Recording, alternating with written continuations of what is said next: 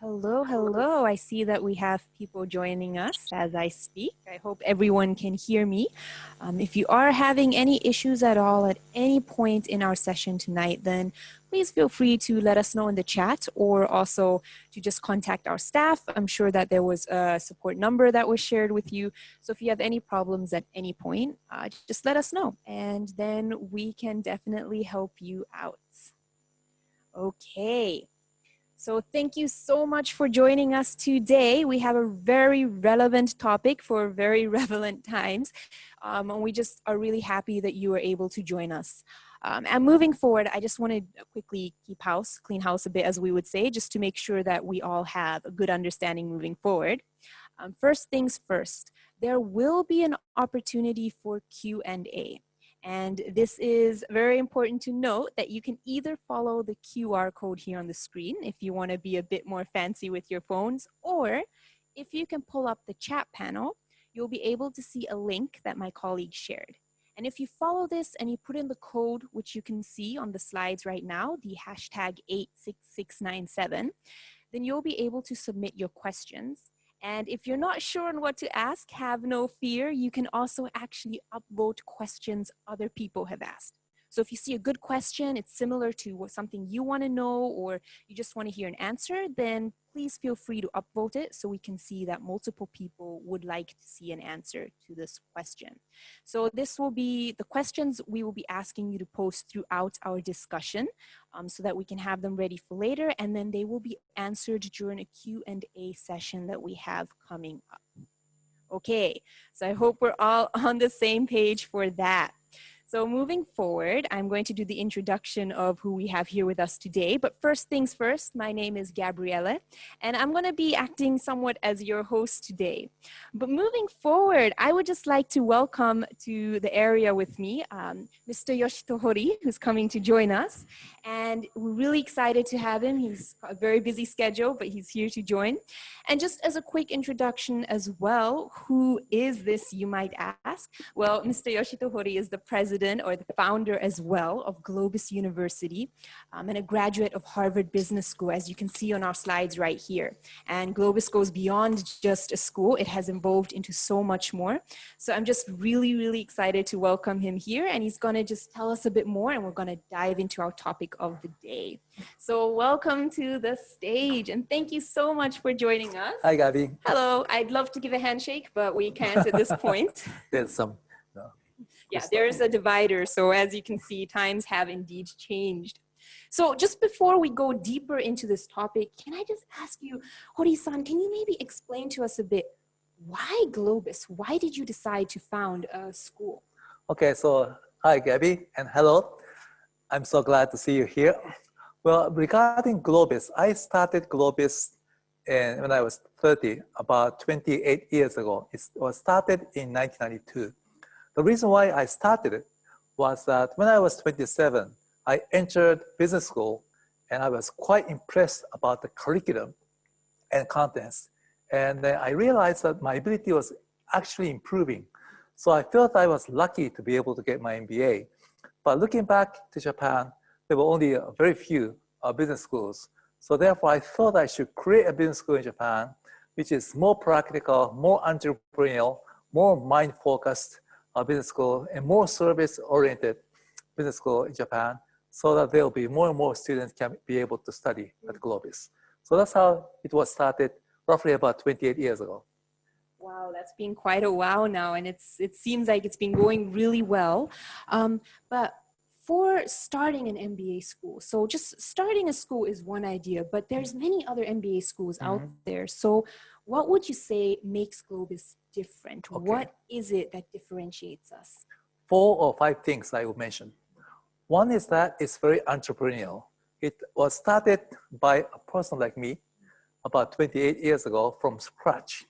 There was no big establishment companies backing us, and there was no huge capital. There was no political connection, but there was only one person who was so strongly eager to start a business school. And so the entrepreneurial spirit is embedded into the school. So one is entrepreneurship. Second is more practical. Unlike other business schools or academic universities, we don't have so-called academic professors. All of our professors, all of our lecturers, all of our teachers have business background so that they know about what is practices. And they can bridge theory into practices, so the curriculum has become very practical. Third thing is that since we started from scratch, we care about the quality of education. So what we have decided to do was to provide service guarantee. Service guarantee means if students don't like our curriculum, we pay back our tuition. Now, they have to finish the course. After they finish the course, and if they don't like it, we pay back tuition. So service quality is guaranteed. And that's three things that are totally different from other schools. Fourth thing is that we focus on mindset. We call it kokorozashi. And kokorozashi in Japanese mean in English, it's more like a personal resolve. And we need to have a personal resolve or personal vision. It's good to have a personal vision so that we know about which direction that we should be heading for and how we should pursue our career and what kind of jobs that we should be doing and how can we use our lives for. And that's four things that are totally different. Recently, we have started to use a word called technovate. Technovate is a word that I created about 4 years ago. And it was a combination of technology and innovate. And we combined it to name it as a technovate. Simply because the reason why we are good in technovate is that we have more than $1 billion under management as a venture capital. So I have two hats. One is a president of business school. The other hat is I'm the managing partner of venture capital. So we know what is going on in startup scenes and how the technology is being used. Therefore, we realize that technology is going to change the way we do businesses. Therefore, we have come up with Technovate MBA, which is copyright reserved. And so those are the 5 things which are very different from other business schools. Wow, thank you for sharing that. And I think that entrepreneurial knowledge as well is even more important in the current times than ever. And in that time, so you mentioned it's been 28 years and you founded a school which has become Japan's #1 MBA and being the biggest MBA in Japan with all these differences. In those 28 years, I'm sure that you faced numerous turbulent times. So what is your experience in dealing with these times and times you can't expect? Well, I started in 1992, and there was an Asian financial crisis in 1997. And there was also dot-com bubble and burst in 2001. And then 2009, we had a Lehman crisis. And then 2011, we had a Great East Asia earthquake and tsunami. And then now we have such a huge pandemic of COVID-19. So we are facing turbulent times every time. And they always say this is once in a lifetime, like once in a decade, once in a millennium, or once in a century. And so turbulent time, the turbulent time, we always have to be prepared and we always have to expect that will happen. So I would say 2 things are very important in facing this turbulent time. One is that mindset. In case of ordinary time, there won't be enough changes coming up. When turbulent times, you see more changes coming up. Changes are good. Changes will create more opportunities. In stable time, there will be less changes, less opportunities. In turbulent time, more changes and more opportunities. I know it's a very turbulent, means like there's what we call volatile, uncertain, and what we call VUCA, complex, and also ambiguity. But those are the times that we can create changes and make the opportunities to succeed in businesses. So one thing I would say is that we always have to be very positive. In turbulent times, this is a chances for us to grow, and this is chances for us to change ourselves and innovate ourselves and then excel in businesses. Second thing in turbulent time is that we have to have a good grasp of what is going on. So turbulent times mean there are things going on and there are changes going on. We have to actually know what kind of changes going on and what kind of opportunities are going to be made and how we can take advantage of it. So mindset as well as more about brain power, you have to use this turbulent time to succeed in businesses. So whenever we face this kind of turbulent time, I tend to get excited. Wow, this is chances for us to do like something great. And at the same time, we have to be mindful about what kind of risks that we have. Therefore, we have this kind of transparent wall, and we have to be mindful about social distancing this time, as well as more about remote.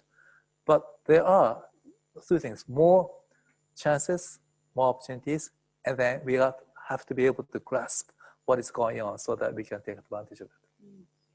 That's a very positive outlook on it. And I think that's something we really need in these times, when a lot of times we focus on the negative, but there's positive things to focus on too. And as they say, tough times are what make strong men. So hopefully we come out stronger. Do you have some examples of how you've been responding to the current situation? So mindset was one that you mentioned, but would you have any more specific examples? Okay. In terms of education, I mentioned that GLOBIS is around for 28 years. So we have initially been doing education in person using, let's say, physical textbook like papers, and then interaction was done by in person as well. That was the model of education for the past, let's say, 2,000 years or 2,500 years since the time of Socrates. People were facing each other and then have discussions, and that was how the education has been done. In the future, because of technology, the way education is going to be done will be changed. That was the thesis that I was looking for. In terms of commerce, there used to be department stores, but now it's more Amazon, Rakuten, or Alibaba. So whenever technology comes in, the business model will change, and therefore champions will change. It's also the same in, let's say, in media. It used to be TV, and now it's Netflix or YouTube. It's also true in tech taxi, it's now Uber.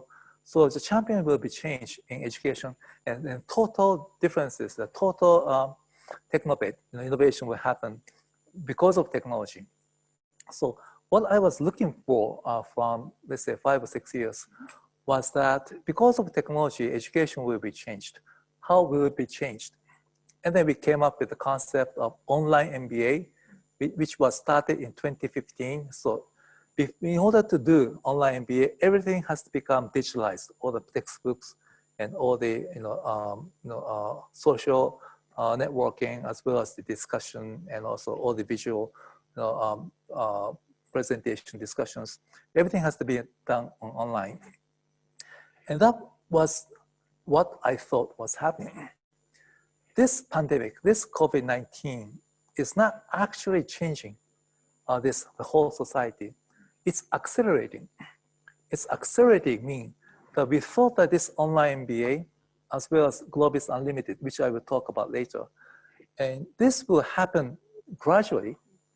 Then let's say 2025 or 2030, the time will change for more of the online digital MBA, digital education.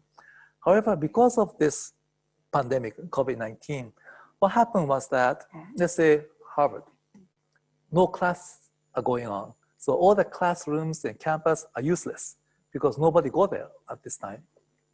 Everybody has shifted online, and therefore it was more of a sudden changes. So the future has happened now, and so that whoever was prepared will be better. So going back to your question about what kind of specific changes you see, is that actual education is changing to more digitalized, and then therefore you have to take advantage of those digitalized world. However, those who are not prepared will have to, let's say, force the campuses to shut down or to shift 100% online. But I believe that what is the best is to give the choices for students. Whoever wants to come to class for in-person discussion, we open up for classes for in-person discussions. Whoever would rather stay at home and do some education at home using online facilities, that's also good. So I think what is happening is that online, digital, and MBA as well, like education. But at the same time, combination, we call it hybrid education, is going to be the future. So that's what's happening. Mm. I really like that sentence that you said, that the future is now. Yeah, it has.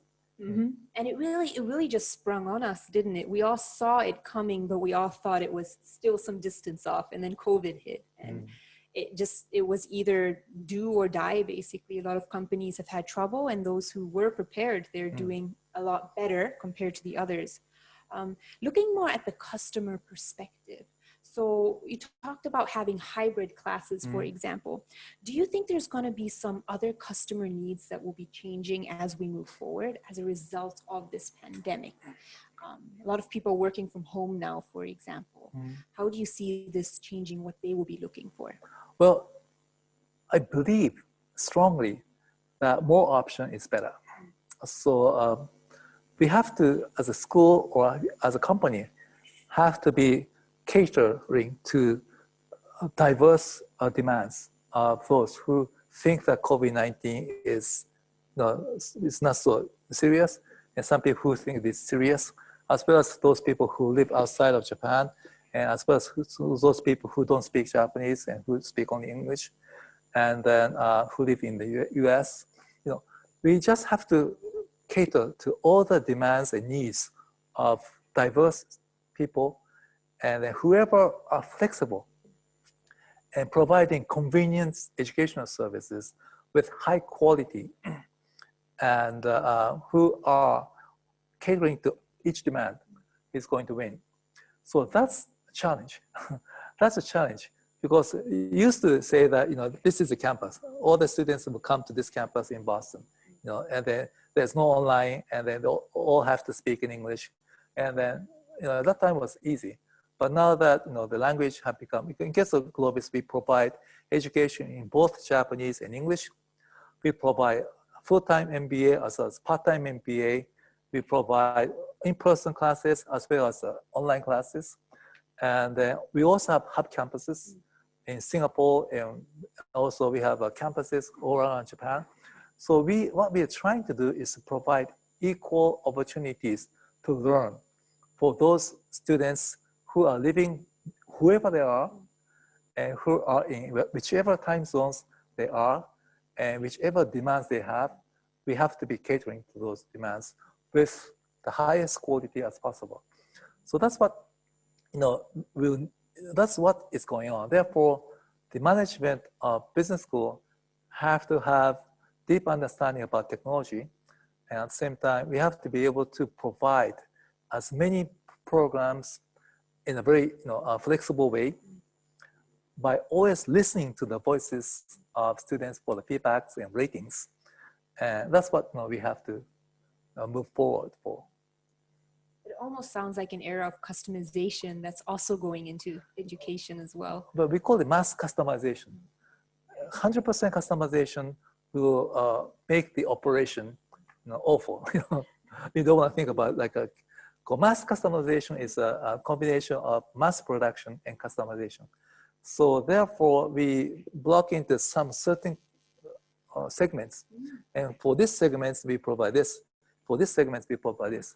But in case, from looking from the, let's say from students, they have the option of the cafeteria. I like to take this course, I like to take this one online, I like to take this one here in person. I like to come to Japan to get full-time MBA, but when I get a job, I like to shift to part-time MBA so that I can get a job. And so more and more flexibility is needed with mass customization, with very operational excellency. And then if that could be achieved by technology, I think those business schools become the winner. That's a very interesting way to look at it. And with education, I mean, I can say I certainly, for one, did not see this coming so quickly. Taking a bit of a shift to more the leadership side. Okay. So what skills do you think leaders are going to need in order to succeed in a post-COVID world? The leadership skills, some portion will not be changed. Most of the, let's say 95% of the leadership skill will not be changed before or after COVID-19. And those are three things. One is that leaders have to understand about basic frameworks and knowledge about businesses like MBA. you need to understand, they need to understand marketing, finance, strategy, and accounting, so forth, the operation. And these, if you don't know about these frameworks and knowledge, you cannot make judgment. Second skill is to make sound judgment. Now, what leaders will do is to make decision. And whoever make good decision all the time will win. Whoever make bad decision will always lose. And it's like a playing chess. If you make a bad move, you lose. But if you keep on making good move, you win. So the second thing is the ability to make decision. Third ability is to communicate well. Even if like you come up with good judgment, and even if you know about good knowledge, if you can communicate well, those people who got communication will feel demotivated. Well, like, I don't like this leader. I don't know what he's talking about, I don't know what she is not saying about. That kind of things will happen. So you have to be able to communicate well, and you have to have a good interpersonal skills. And that's what we call 3 basic skills as leaders. One is a knowledge and framework of businesses. Second is ability to make decision by analyzing and coming up with option, making decision, strategy formulation, action plan. Third is communication and also interpersonal skills. Those will not be changed before and after COVID-19. What is changing, in a very drastically, is the technobate dimension. COVID-19 is forcing all of us to go online, to go digital, and to be remote and stay at home, and therefore, and then social distancing. Therefore, technology is a way to reach out to the customers and students, and also, and then these are the way to do businesses as well. So digitalization, we call it DX, digital transformation, as well as the online, and these are mostly done by technology. If you go to online, what is good is that all the records will be kept, and all the data is going to be collected. And even now, like all the visual communication is being recorded easily. And that can be analyzed by AI. And therefore, the ability to understand about technology is going to be the skills that leaders will need. Therefore, we came up with the word technobate about 5 years ago. Technobate, technology plus businesses. That's where we should be focusing on.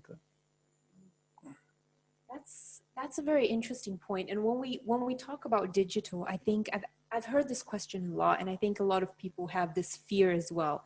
When we're forced to go digital, some things might change, but the thing that would change the most is the human interaction that we would have when we don't go digital. So the face-to-face kind of, even in classes, I hear the question of an online MBA versus a face-to-face MBA, the big difference. Can I network? Can I connect?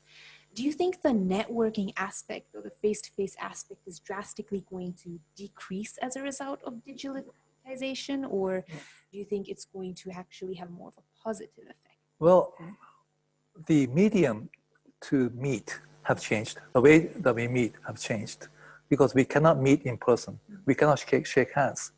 And therefore, we can network through online, and also we can network through social media. And so the way that we communicate have totally changed. I remember taking what they call management communication course in Harvard in 1989. And then what we learned was speaking and writing letter, writing letter and also speaking.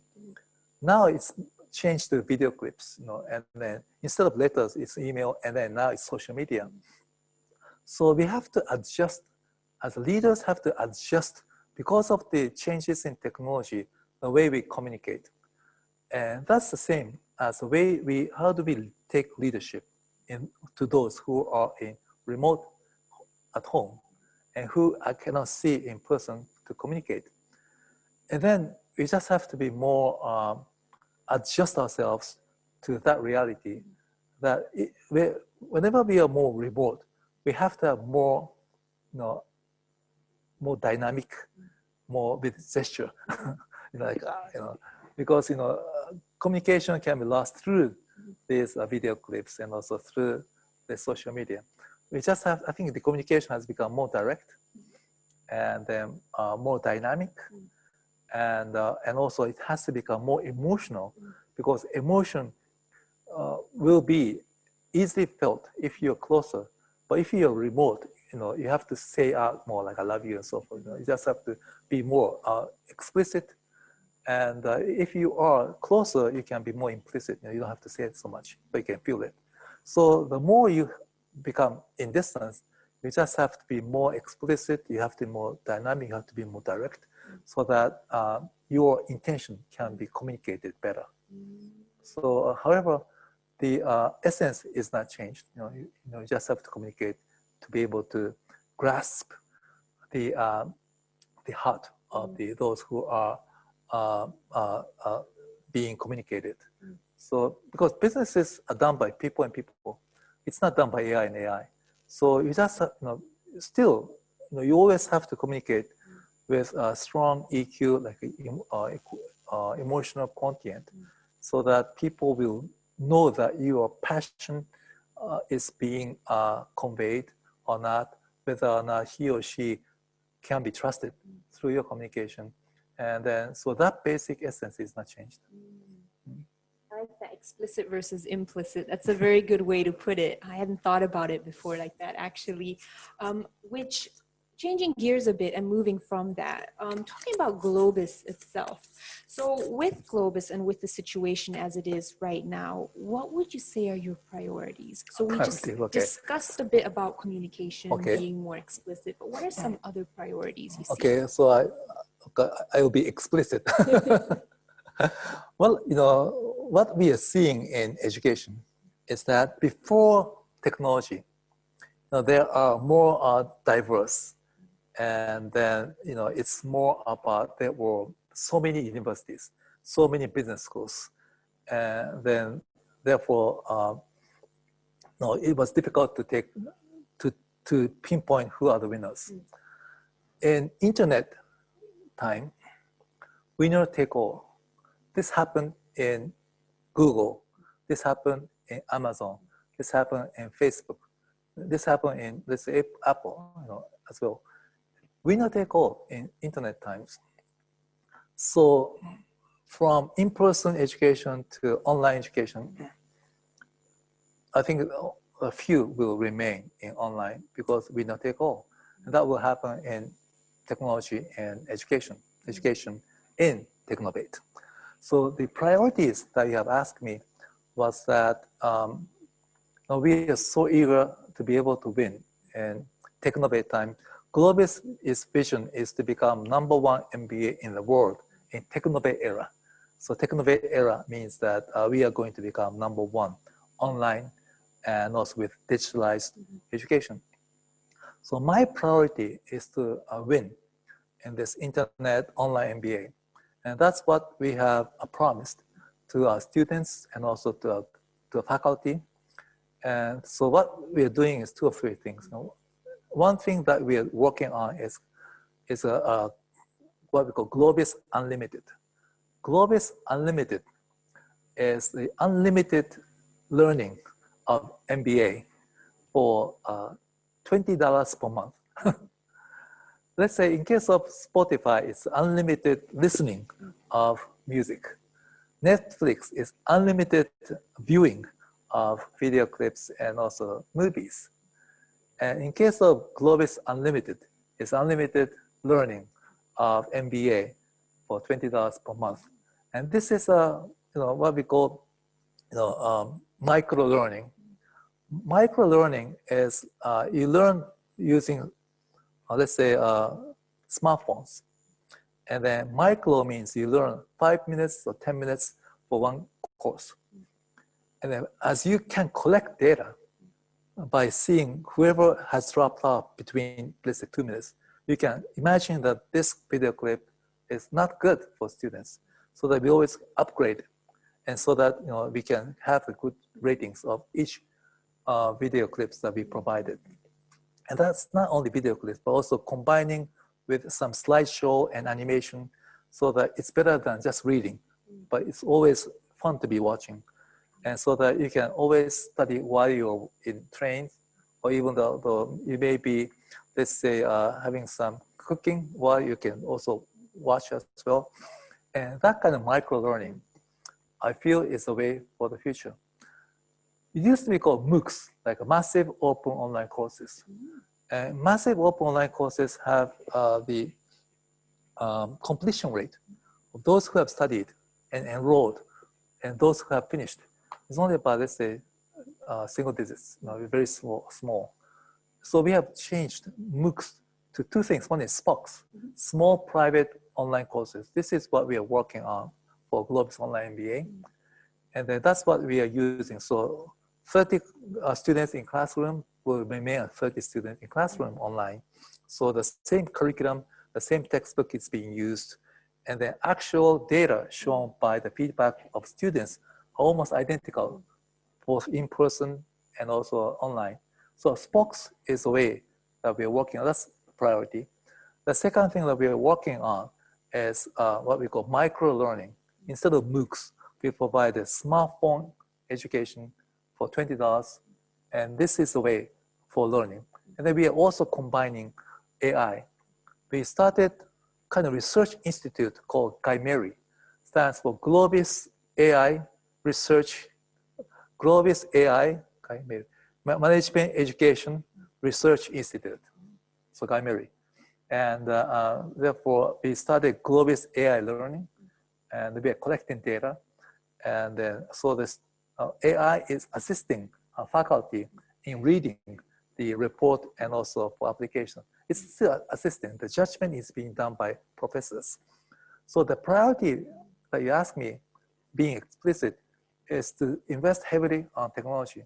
So 3 years ago, we had 0 engineers. Now we have more than 100 engineers in GLOBIS, 0 from 100, and working on apps of GLOBIS Unlimited. And now we have, we started GLOBIS Unlimited in Japanese.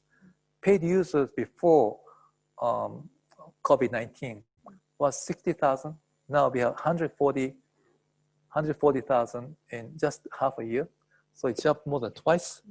And we keep, and then now we have now working on English GLOBIS Unlimited, and that's my priority. Wow, that's a very, very different direction of education. I did not think we'd be heading in that direction so soon. And it's as time goes on, we have less time, we're busier.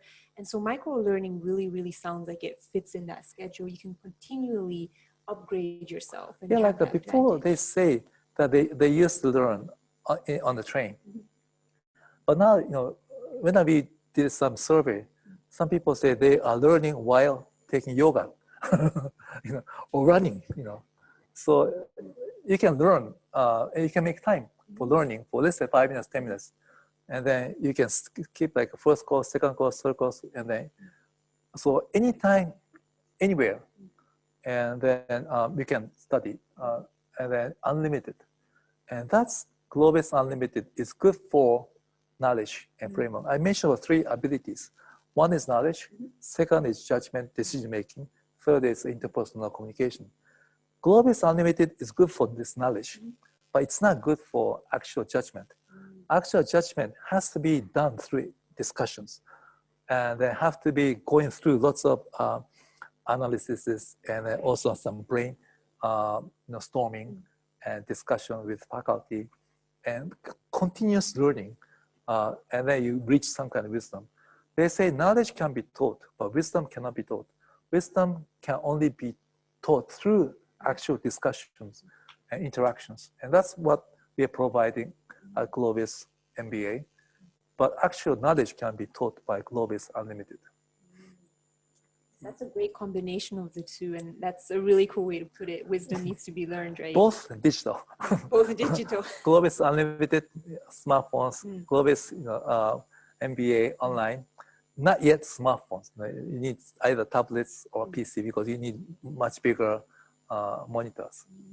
So to Technovate, you were very timely starting a few years ago. That was a really, really great way to go, especially with how things are going right now.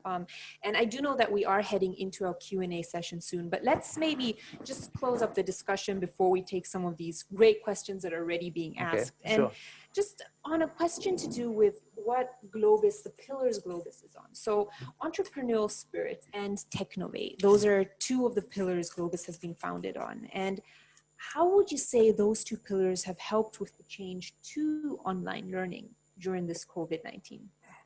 Well, Technovate, I think I mentioned a lot, but let me just elaborate on Technovate. Technovate, we have more than 10 to 20 courses focusing on Technovate. It's like Technovate thinking, Technovate leadership, and also AI, business model changes, and cybersecurity, and the fourth industrial revolution. There's so many courses on Technovate. And then that will be conveyed in Technovate way, like digital MBA, online MBA, as well as the GLOBIS Unlimited. So in terms of entrepreneurship is unchanged. Before COVID-19 or after COVID-19, I think the essence of entrepreneurship is to believe in your potential. You just have to believe that anything can be possible. It's more like a can-do spirit. Now, when I started GLOBIS, people thought that I was crazy. At the age of 30, starting up from scratch, using my apartment in Sangenja, which is close to Shibuya, with only $8,000 initial capital, with only myself. People thought that I was crazy. And then I said that we are going to create #1 business school in Asia. And however, this kind of can-do spirit, you have to believe they can do it. And that kind of mindset is #1, what is needed. So it's not like learning marketing and finance strategy. First of all, you have to believe that there is unlimited potential, they can do something. And that's #1, it's more about mindset. However, even though you have a strong mindset, if you don't know how to do it, it's just wasting your energy. Just getting it down, but you just making failure all the time. So you just have to learn and get the ability of knowledge and making the way to make decision and communication, and that's what is going to be needed in MBA. So in terms of entrepreneurship, you just have to have a stronger mindset and a stronger Kodashi. I want to create this kind of technology. I want this kind of business model using these services. So that kind of strong mindset, and then you just have to be able to challenge the common sense and think out of the box and think uniquely and think innovatively, and then take action. So that's entrepreneurship. So entrepreneurship and Technovate, if you have both, I think you'll be able to succeed. I hope you get that. Recipe for success. Yeah, I think the shortcut to success is the only way to go is to just improve your skills. If you keep on improving your skills and you have the ability to do it, I think that's the best way to succeed. So keep on making efforts, keep on learning, and keep on improving your skills. And then if you keep on making efforts, your confidence level will become higher. If your confidence level become higher, you can take action. And if you succeed, and your confidence will go up. At the same time, whenever you face challenges, you always have to see what is going on and come up to option, making decision, and then take action. And that kind of continuous cycle will lead you to other places that you want to be. And that's what you can get at MBA like GLOBIS. It's a never stop learning cycle, correct? Just keep going. It's good. It's fun. It really is. It's not really just studying or learning. It's the way to get some skills. So it's like getting skills, and so they can become stronger, and you can, you can challenge in a higher dimension, and that's what you want to do. And that actually leads us into one of our first many good questions asked, and I see it's quite popular. And you mentioned it before, kind of technovate together with the entrepreneurial spirit, but also an image. And a question we have to do with kokorozashi, to do with personal mission, asked by Nick, says, he's fascinated by kokorozashi. Can you tell us a little bit more about it? So is it something ambitious and impressive to inspire others to join or invest in your vision? Kokorozashi is more about how you want to live your lives for. And, you live, I think you live only once. There may be some reincarnation, but let's assume that we live only once. So we are born to this life. And in this timing, let's say all of us living in 2020. So kokorozashi is to know what you want to do for your life. So not many people actually think about how you want to use your life for. But in GLOBIS, we force people to think about that. Because if you don't know which way you want to head for, you don't know what to do. So it's a basic question about how you want to live, what kind of job you want to work, and what you want to achieve in your life. And then let's come up with actual personal resolve that I will do this. That's kokorozashi. And so unless you have that, I think it's difficult for people to come up with strong passion. Because if you know what you want to do for your life, you come with a strong passion. So in case of myself, I want to create #1 business school in Technovate era in the world. That's a strong kokorozashi that I have. And in order to achieve that, I use my efforts to learn and make skills to improve, and then knowing about technology. And I have a strong passion to communicate to other people. And no matter what kind of difficulties I may face, we try and I'm resolved to overcome that, any kind of hurdles or obstacles. And that's kokorozashi. So kokorozashi is something that you want to, in English, you may call it a personal vision, what you want to achieve in your personal life. And that's, I hope you find in GLOBIS MBA. It's difficult to find.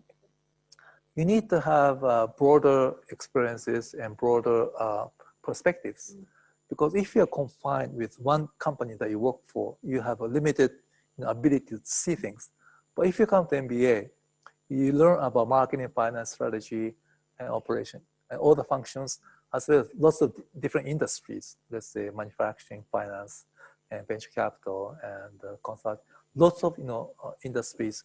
And you meet lots of diverse students from diverse backgrounds.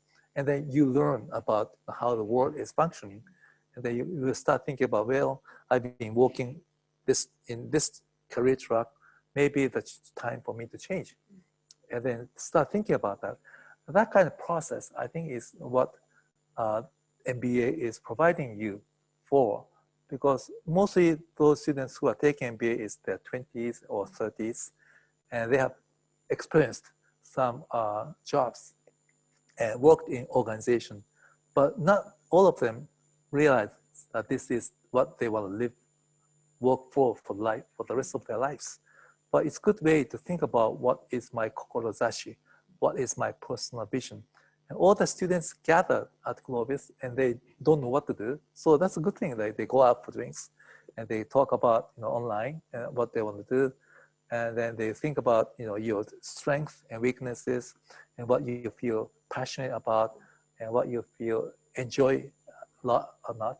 That's what you have to go through the process to come up with kokorozashi. I think it's a very unique journey as it's very different for everyone, right? Some people, they have a very strong kokorozashi right at the start, and others, they take a bit longer to get there. But from what I understand at GLOBIS, you really focus on helping people get closer to that point. Yeah, I think it's important, and not many people ask that question, and not many schools will force you to think about that question. But I think it's important. And I see we do have a question by Vasu that's getting more and more upvotes, so I think it's quite pressing. Okay, I can read that. Yes, so it's, what kind of leadership do you think is required post-COVID in an organization? So we did touch on this briefly before, but I think maybe Vasu is looking for more specific criteria. I think maybe post-COVID-19 or in this modern era, it's, I think I mentioned about giving option, and you cannot force people any longer. You cannot force any employees to come to, let's say, to your office. You cannot force any employees to stay at home. It's everybody has the, the rights either to come or to stay home, and that's the same as everything. So each individual has the right to do whatever he or she wants to do. So the leadership is become more and more flexible, and more stronger vision and mission is needed, because it's becoming more and more decentralized. What people, students or employees, employees are worried about is their lives and families' lives. That's what they are worried more about. So they don't much worry about their jobs. The first priority is themselves and family, which is good. So what leadership is needed is to become more and more softer, and then it's more about communicating vision and creating good mission and creating good corporate culture, so that people want to be working for and then contributing to that organization. So I think the management will have a tough time actually recruiting good talented people unless you provide that option to everybody with a very a convincing way. So that's, I think, lots of things will be, I think I mentioned a lot about technology, but I think that's, the way that we provide leadership will be changed. Yeah, there looks like there is going to be a big shift. And I think a lot of people today as well who joined the session, this is a question that was really pressing. So I will move to the next one. And this one kind of has to do with opportunities. So the question is from Luke, and he says, what do you think are the 3 biggest opportunities presented by the COVID-19 pandemic? Well, we have a venture capital division company, and it's what you see is a very interesting phenomena is happening. I think I mentioned about GLOBIS Unlimited. It's such it's very disruptive. Disruptive changes happening in online digital world. Let's say crowdfunding is booming. E-commerce is also booming. SaaS businesses are booming, and also online, anything online is booming. And however, anything in person is declining. So in case of GLOBIS, we provide education in person, and we have corporate training session. And corporate training in person classes are gone. Everything has to go through online. So what you see is, it's obvious that whatever is online will become bigger. Second is that whatever is, let's say SaaS, like a SaaS model, more like a SaaS or MaaS, services, software as a services, mobility as a services, whatever, let's say, education as a services, everything will become on service model, and then with the subscription model is going to be succeeded. So online subscription model. And let's say, whatever is using AI will, by the changing the way the data are being analyzed, and then making the productivity to improve, will become successful. So it's not, so as I mentioned, opportunities are everywhere. And whatever is retarded, whatever is not, I shouldn't say retarded, whatever is not advanced in any industries. One of the company called Untitled, which is a portfolio company, which Sequoia Capital has invested into Japan for the first time. What they're doing is they are providing SaaS services, software as a services, to construction site. So if you go to construction site, most of the workers there, they just communicate verbally and using fax and telephone. And so the communication is lost somewhere. But most of the workers use smartphones so that they can see what is going on, what kind of message has been communicated, yes or no, what time they worked and what time they are not worked, and they understand. So that kind of construction work site was so much not advanced, before, but with technology, it's been changed. So whatever, I think it's the same as healthcare, and whatever is, did not digitalize, you can see the chances happening.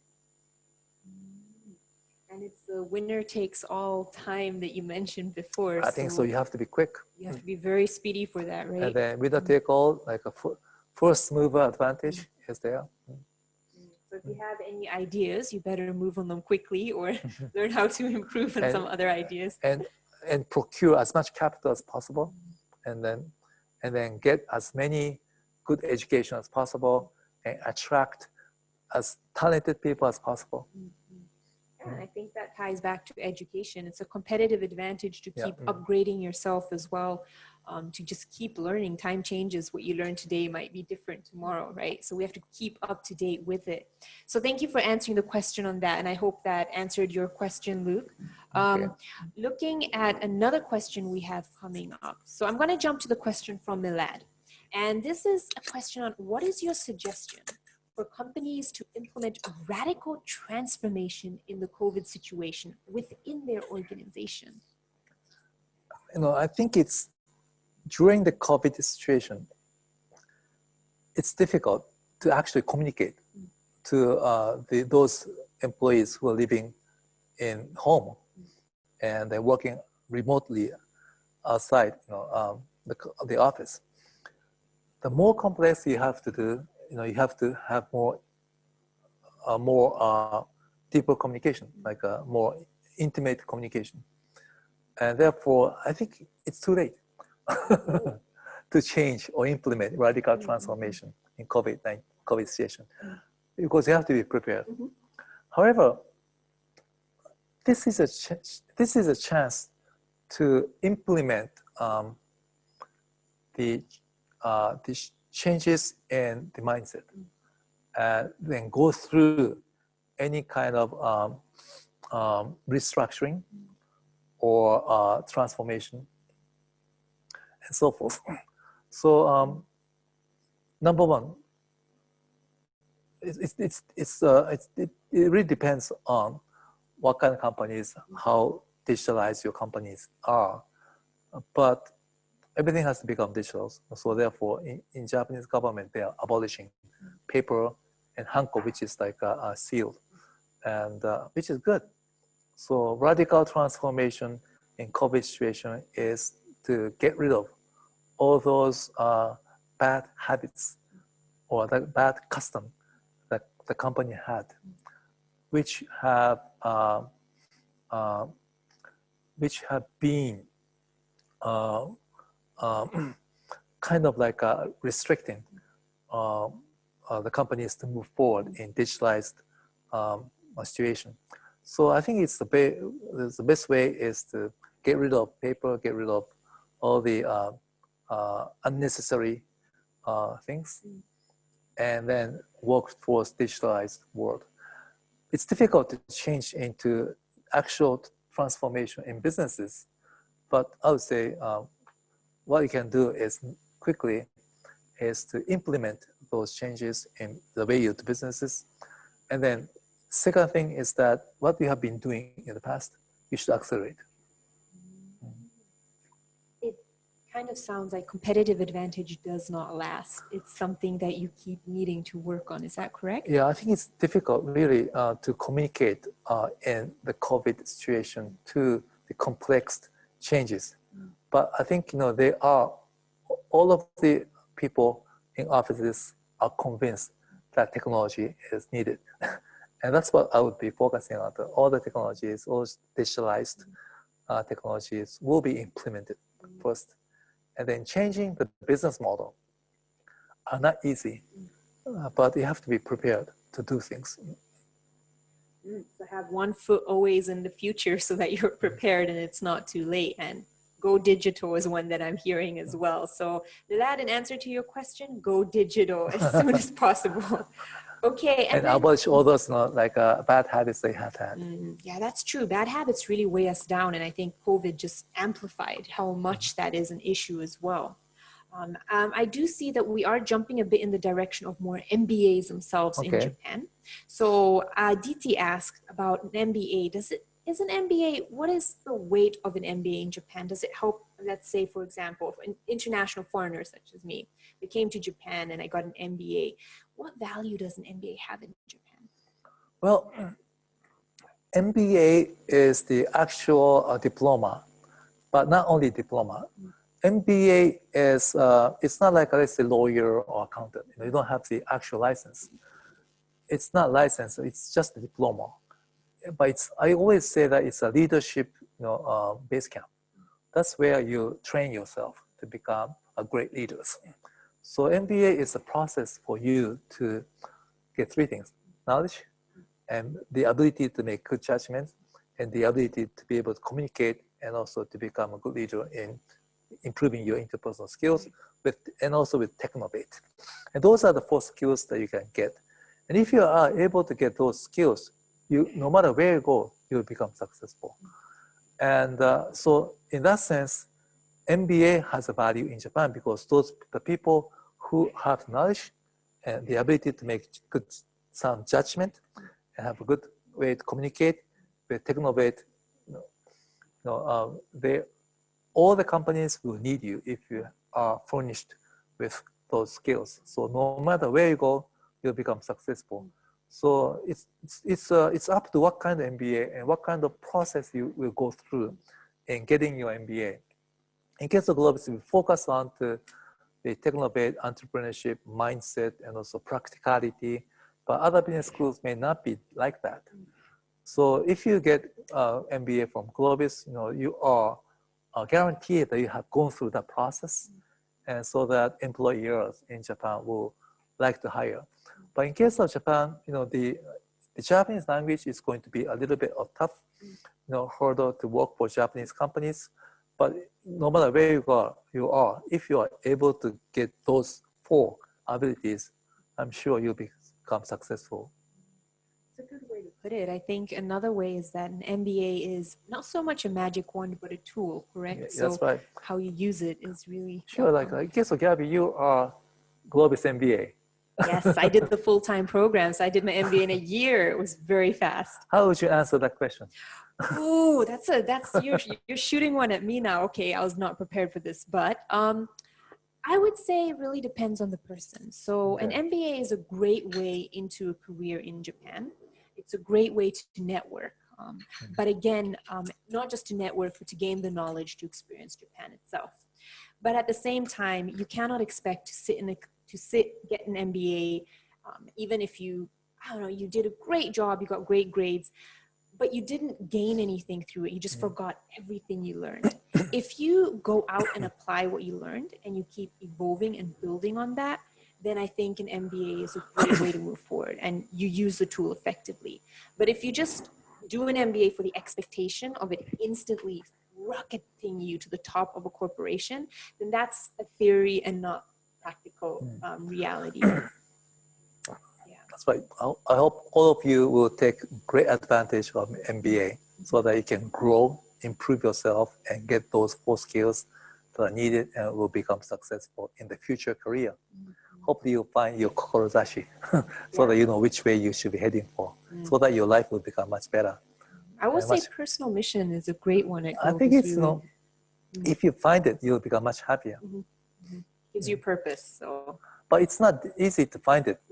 But it's important to pursue it. It's important to pursue it, and it's important to know which direction you may be heading for, even though it may not be so specific about this is what you want to do.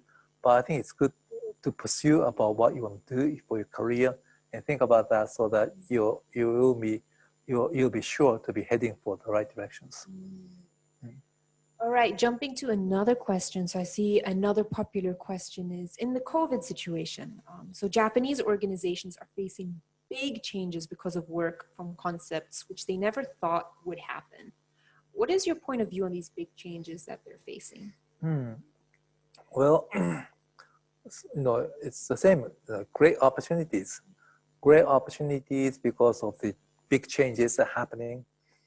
And whoever can take advantage of it will prosper after COVID-19.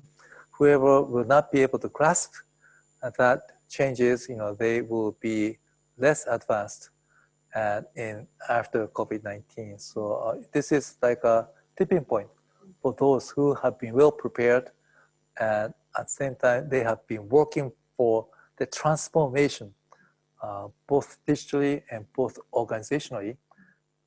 Whatever they have been doing in the past will be seen during COVID-19 and after COVID-19.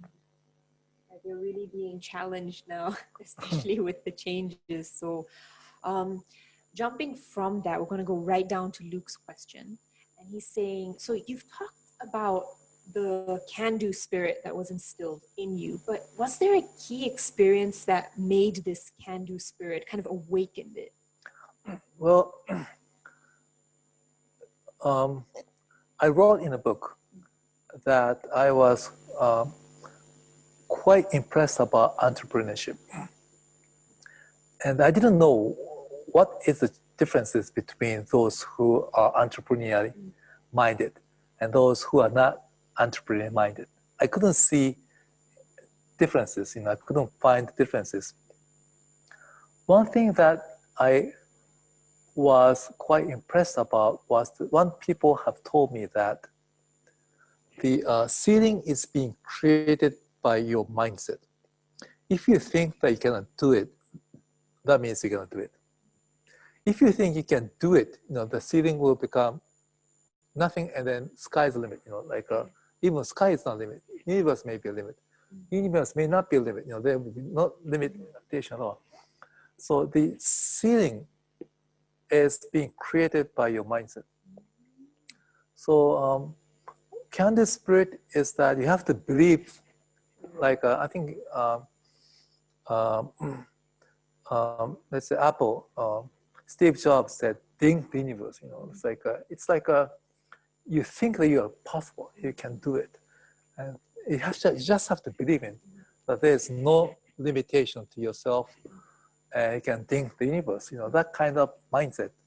If you can believe that way, that is entrepreneurship. Entrepreneurship is believing there is no limitation in you, and believe that you can do things. And but in order to do that, you have to keep on improving your ability. So two things. One is thinking that there's no limitation in you. Second, at the same time, you have to be able to prove that you're capable. So for you, that knowledge or that understanding of those points, is that something that you learned while at Harvard, or something that you saw while you were there, or did that come a little later? Well, it was something that I have learned, not at Harvard, but during the process of my MBA.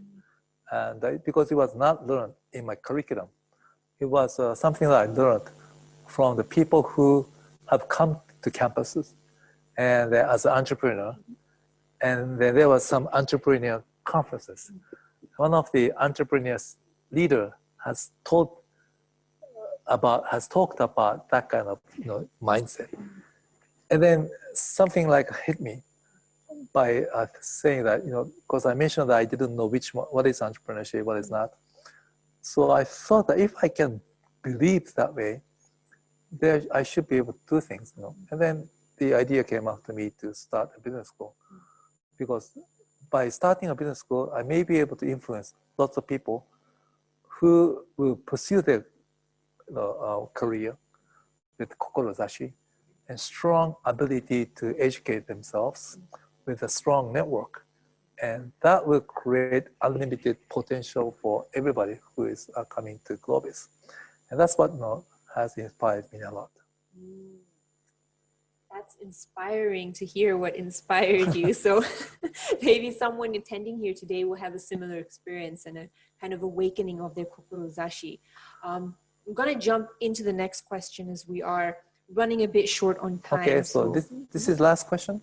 I believe we would have about another 10 minutes. So this could be the second last question possibly. Okay. So looking at this, I'm going to jump to the question of, oh, here it goes. You mentioned that you can get excited during crises. Are there trends or something that excites you about the current crisis? Okay. It's, I'm not sure whether it's politically correct to use the word exciting, but whenever you see changes, chances will happen. So in this case, it's difficult to mention about the nature of COVID-19. But what is happening, you see in Japan, is that it's not like the US or Europe, where COVID-19 is well controlled. And then, therefore, we have much more freedom because I'm the owner of a professional basketball team. You can have not the full capacity, but half the capacity can be accommodated in professional basketball games. Like in case of NBA, it's played in bubble with no audience. But in Japan, we have audience. And that's a big difference. So, and therefore, I think that whoever will have some courage in doing things totally different with even though this COVID-19 situation, there may be some kind of restrictions. But even though there may be some restriction, you can do with the utmost capacity. Let's say, in case of professional basketball, we have half the capacity to be able to change the way we do businesses. In case of like professional basketball team, we cannot say aloud. You're not allowed to eat in the arena. However, you can use technology to bridge that, and also you can use other ways to reaching out to the customers. So there are lots of, like in case I mentioned about education as well. Change is happening, and then if you are knowing about the situation quite well, and if you have enough courage to be able to communicate in a very good way of doing businesses, I'm sure you can, by using technology, you can be able to be ahead of other people. So there are some exciting opportunities there then. And I think we have time for one more. I do see that we do have some questions regarding the program itself. So please allow us to get to these during our admission Q&A, which is coming up. But I think maybe a good closing one before maybe a final remark is we have a question about foreigner working in a Japanese traditional company. So do you think Japanese companies are competitive now when it feels that there's some things that they do, as you mentioned before, maybe faxing and hanko, that feel a bit unnecessary that they're doing? It's a very interesting question to ask. You just have to compare with other traditional companies in the US and Europe and Asia. Because let's say in case of GAFA, they are not competing against traditional companies. They're competing against startups in Japan. It's the same. Let's say Toyota. Toyota is not competing against GAFA. They're competing against GM. But the new company like Tesla is coming up, or Uber is coming up. And so, so if you look at Toyota versus GM, or Nippon Steel versus US Steel, or let's say Kodak versus Fujifilm, Japanese companies are actually winning. And so it's, if you compare with other traditional companies in other market or other countries, I think Japanese companies are competitive. But what is happening is that the dimension of competition has shifted from, let's say Toyota will be competing against Tesla or Uber, and let's say Takashimaya was competing against Bloomingdale, but now they're competing against Alibaba or Amazon or Rakuten. So if the traditional companies are competing against new startups, they have to do lots of good jobs. But if they are competing against traditional companies in the world, I think Japanese companies are quite good, because in case if you look at Toyota, they keep on improving, keep on innovating itself, and keep on changing. And I think I'm sure traditional companies will shift drastically to cater with the changes happening in technology era. And so to your question, I think they're competitive against traditional companies, but against new startups, it's not easy. However, they are now starting up what they call corporate venture capital. Corporate venture capital will be used as a vehicle to absorb new startups. So the DNA of startups will be incorporated into traditional companies, and then will become better and more modern companies. I hope that will happen. If they're not able to do it, they will have to, decline. But it's up to their ability to change and keep on innovating with Technovate. Yeah, it's a forced change. I mean, we've seen so many companies in Japan, traditional as well, now doing work from home or kind of shifting their dynamic as well. So it's kind of a do or die situation. Would you say that? Yeah, but what is good about Japanese traditional companies are that they are spending a lot for education for their employees. And then if they are focusing on the education, if they are willing to change, I think they have a very good chances that they will shift to next dimension in terms of Technovate. Well, I am sorry that we've not been able to answer all the questions out there. So again, if they're on admissions, we'll have a session coming up. But Hori-san, maybe just before we move on and we kind of close out this part, do you have any parting words or any advice if you could tell people who attended today? So they all came to hear about leadership in uncertain times. If you could give them one piece of critical advice of something they should take away from today, what would you say to them? I would say that, well, first of all, thank you for joining us.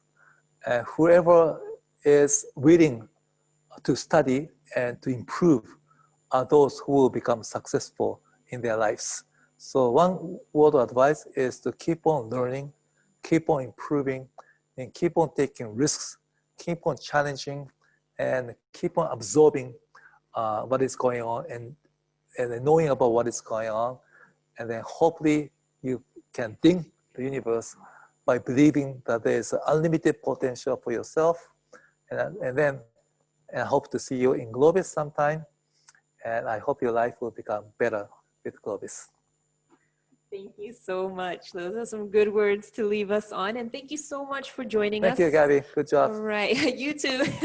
So okay. Out of the busy day, he's joined us a bit, given us some advice. So go out there, take the advice and apply it. So thank you once again. Okay, thank you, Gabby. Right. I cannot shake hands, but bye. Thank you for joining. Okay, and at this point, I am going to be handing over the session to George. So George is an admission advisor here at GLOBIS, and he's going to be answering some of the questions that you've had and been posting about admission process or just GLOBIS in general. So here with me is George. George, I'm going to hand over the floor to you, and I see we've already had some questions. So you're in good hands now, and George, can you take it from here? Thank you so much, everyone. That's it from me. Thank you, Gabby. Can everybody hear me? Maybe give me a cheeky nod in the chat if I'm, thank you, thumbs up from Luke. That helps me out. So let me, first of all, as someone, sitting behind the camera for a little bit, I really enjoyed that session. It was really insightful for me, and I hope it was just as insightful for you. I saw that we had some questions about the MBA. We had some questions about kind of the value of an MBA, and hopefully we can talk a little bit more about that during the Q&A. Before we jump into that, I just want to maybe give some brief next steps for those of you who maybe want to know, what can I do next? How can I kind of keep this momentum going? So let me take us through, how can I begin? So we have a couple of different ways that you can kind of put your foot in the door and begin that learning journey that Hori-san talked about. and kind of get on that path to, bettering yourself and kind of understanding what it is that you want to do with your future, find your kokorozashi. And what we always recommend at the very start is, try it, give it a shot. And we offer free trial classes on a very regular basis where you can join and get a sense of what it's like to study in an MBA. So, for example, we have the critical thinking trial class coming up, one of the kind of core fundamentals of studying for an MBA, learning how to think. And a social venture trial class, which from my personal perspective is super interesting. Especially in MBA, as you get further along into the program, you have more chance to specialize. And this is a fantastic way to get an experience of that. Let's say you've then taken a trial class and you kind of think, hey, this is good. I like this. How can I kind of do more? But stepping straight into the MBA is still a huge decision. It's a big choice to make that investment in your future, of course, but it's just a big decision. It's a lot of work, it costs money, and it's not something that you should do lightly. And as Hori-san mentioned, we are trying to be the MBA that is as flexible as possible, something that you can use to build your own future, no matter what kind of situation you're in. And that's why GLOBIS offers something called the pre-MBA. So before you even join the MBA program, you can take a couple of MBA courses a la carte. You can choose from a couple of different ones that are available. And you can take up to 8 courses of the MBA before you even enroll. You can take 1, you can take 2, you can take 8, but you can take up to 8 courses before you enroll into the MBA. And these credits will then be transferred to the MBA if you then choose to apply to the program. So it's a way to kind of get an even better sense of what MBA life is like. Can I balance it with my job before making that upfront investment? And it's also good, maybe some other people in the room will attest. The MBA is, of course, a lot of work, and being able to take a couple of courses before you begin the full journey definitely helps with the workload when you do finally begin your MBA. So if you do take a trial class and you do enjoy the process, you can feel free to then take maybe a single course in pre-MBA. It takes about 30 minutes. You can apply online, a very, very quick application process. And you can start studying from January term. So you can start studying within the next couple of months and get started onto your MBA journey. Those of you who are extra confident, you can actually apply to the MBA directly. There are 4 deadlines to apply to the MBA program that begins in October 2021 or September if you're going for full-time. We have 4 application rounds. So November 24th is the first deadline, February 10th, there's one in April, and there's one in June. And if you're successful during your application, you would begin your MBA in October 2021. All of the applications happen online. So you can head to our website, globis.ac.jp, and just click apply. So we will be sharing a questionnaire link in the chat now. We've had a session with Hori-san. I hope you guys found it insightful, but of course, we always want to find ways to improve. We want to hear your feedback. Actually, for those of you who are interested in hearing more about the MBA on a one-to-one basis, you can actually use this questionnaire to book a consultation as well. So we can maybe call you up later in a time that works for you and give you the information that you need. So we'd love to hear from you. We'd love to get your feedback. So please, there should be a link shared in the chat now. Please take some time to fill this out. But while you are filling this out, as we mentioned, we'd like to give you some time to ask myself some questions, more of the nitty-gritty about the MBA. I think we've had some already up until now, so maybe I can deal with a couple of these first. If you do have questions, you can still use the Slido link that we had previously shared in the chat to send some questions my way. I'll kind of try and get rid of a couple of the ones that are directed at Hori-san and try and get my answers to you. So the first one was from Aditi. I hope I'm not butchering your name. But you asked, first you asked kind of what's the value of an MBA. I did want to briefly jump back to that one because a lot of my career has been spent working in HR in Japan.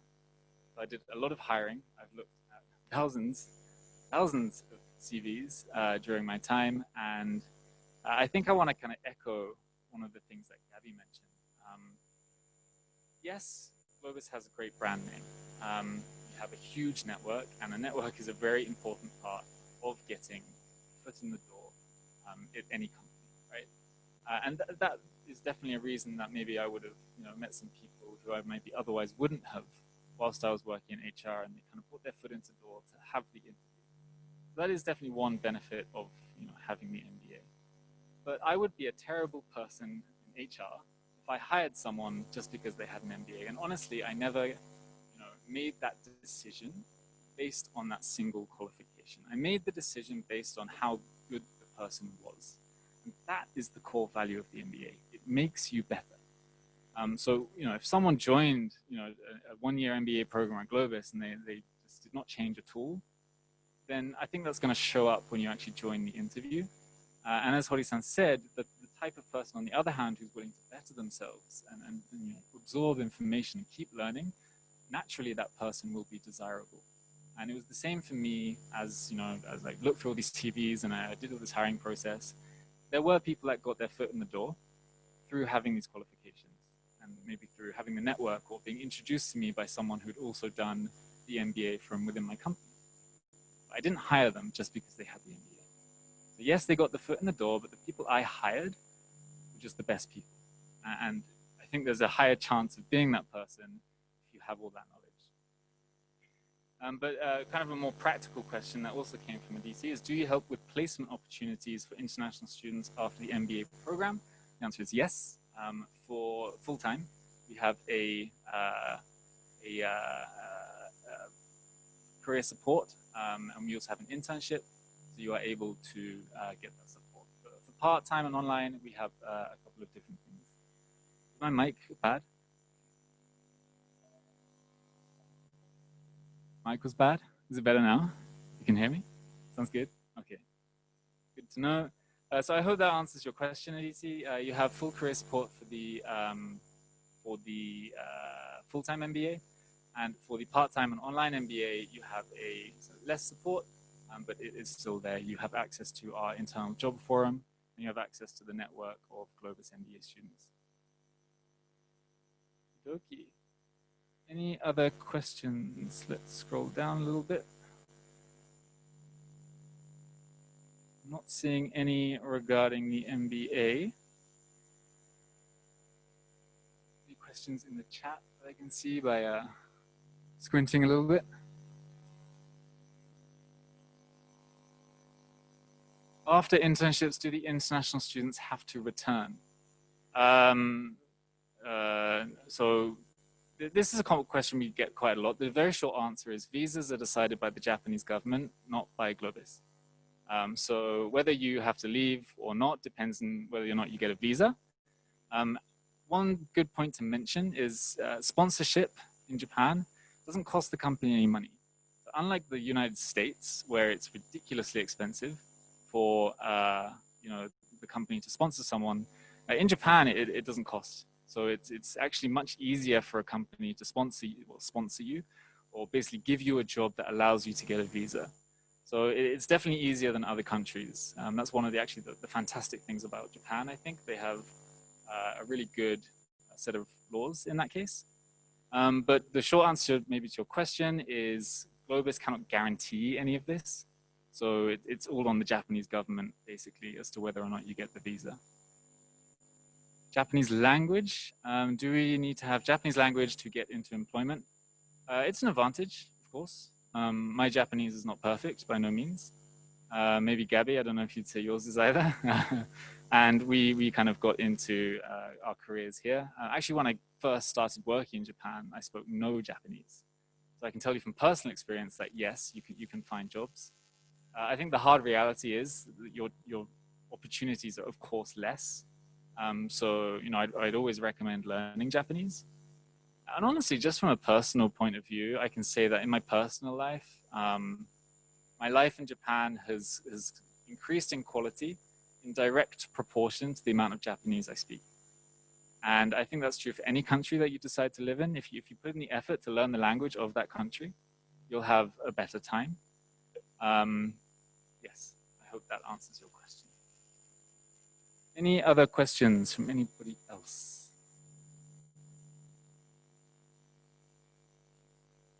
Okay, it seems that we do not have any other extra questions. With that then, I'm getting shown something. What would you like? Is there anything you'd like me to mention? Scholarships. Yeah, so scholarships, GLOBIS does offer scholarships for those of you who are not aware. Financing is definitely a key part of taking an MBA. So GLOBIS offers a scholarship of up to 50% of tuition. So for those of you who are interested in taking the MBA but are not quite sure you might have the finances to do so, we're doing our utmost to support you, and you can get a scholarship of up to 50% of your tuition fees. For those of you who work in Japan and have been paying into employment insurance for the last 2 years, there is the training and education benefits. So you can actually receive up to around 1.12 million yen towards your degree, which is about a third of the full cost. Of course, however, that is limited to those of you who are living and working in Japan. So there are, of course, some scholarships available. And with that, I think that has taken us, let me just do one more check. We got a question from an anonymous person about the book No Rules Rule. Personally, I just want to, not Hori-san, of course, but fantastic book. I did enjoy that myself. But it does seem that we do not have any other questions regarding the MBA. So with that, I hope you guys will take a little bit of time to fill out the survey. It's there in the chat. And you can also take the QR code. Let us know your feedback. Give us your thoughts, give us your comments. And if you want a one-to-one session, you can, of course, feel free to book a consultation there. With that, it's getting late on Monday night. Thank you guys so much for being here, for participating, for making this an interactive session, and for being with us on this Monday night to hopefully better ourselves and get some new insights. And with that, we're going to end the session. Thank you so much.